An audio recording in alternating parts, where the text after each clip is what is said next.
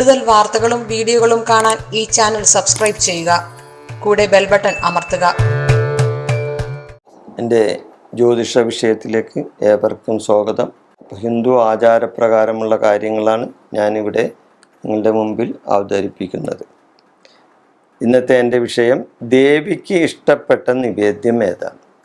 അല്ലേ, ദേവിക്ക് ഇഷ്ടപ്പെട്ട നിവേദ്യം എല്ലാ ദേവീ ദേവന്മാർക്കും ഓരോരോ ദേവതാമാർക്കും ഓരോരോ നിവേദ്യങ്ങളോടാണ് പ്രിയം. ഓരോ ദേവതമാർക്കും ഓരോരോ നിവേദ്യങ്ങളോടാണ് പ്രിയം. അപ്പോൾ ദേവിക്ക് ഇഷ്ടപ്പെട്ട നിവേദ്യം എന്താണെന്നാണ് നമ്മുടെ ചോദ്യം.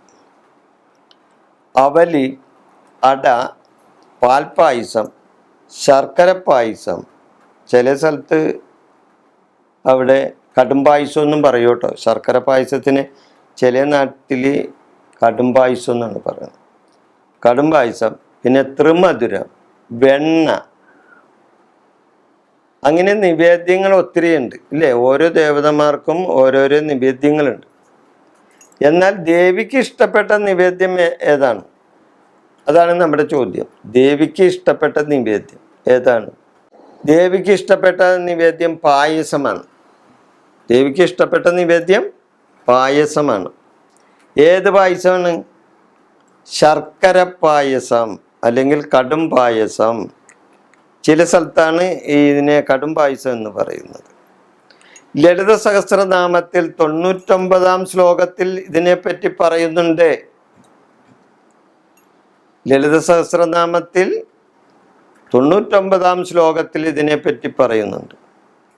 പായസാന്നപ്രിയ ത്വക്സ്ത പശുലോക ഭയങ്കരി അമൃതാദി മഹാശക്തി സമൃദ്ധ ഡാകിനീശ്വരി എന്നാണ് അതിൻ്റെ അകത്ത് പറയുന്നത്.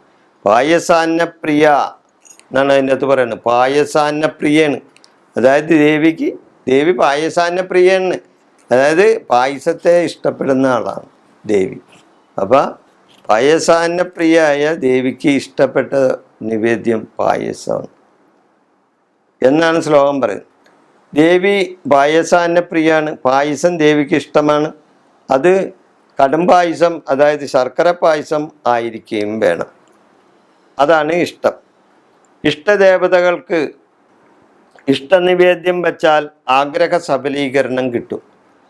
ഇഷ്ടദേവതകൾക്ക് ഇഷ്ടനിവേദ്യം വെച്ച് പ്രാർത്ഥിച്ചാൽ ആഗ്രഹ സഫലീകരണം കിട്ടും. അതുവഴി ദേവതാ പ്രീതിയും നേടാൻ സാധിക്കും. അപ്പോൾ ഓരോ ദേവീ ദേവന്മാർക്കും ഓരോരോ നിവേദ്യങ്ങളുണ്ടെങ്കിലും ദേവിക്ക് ഇഷ്ടപ്പെട്ടത് പായസമാണ്.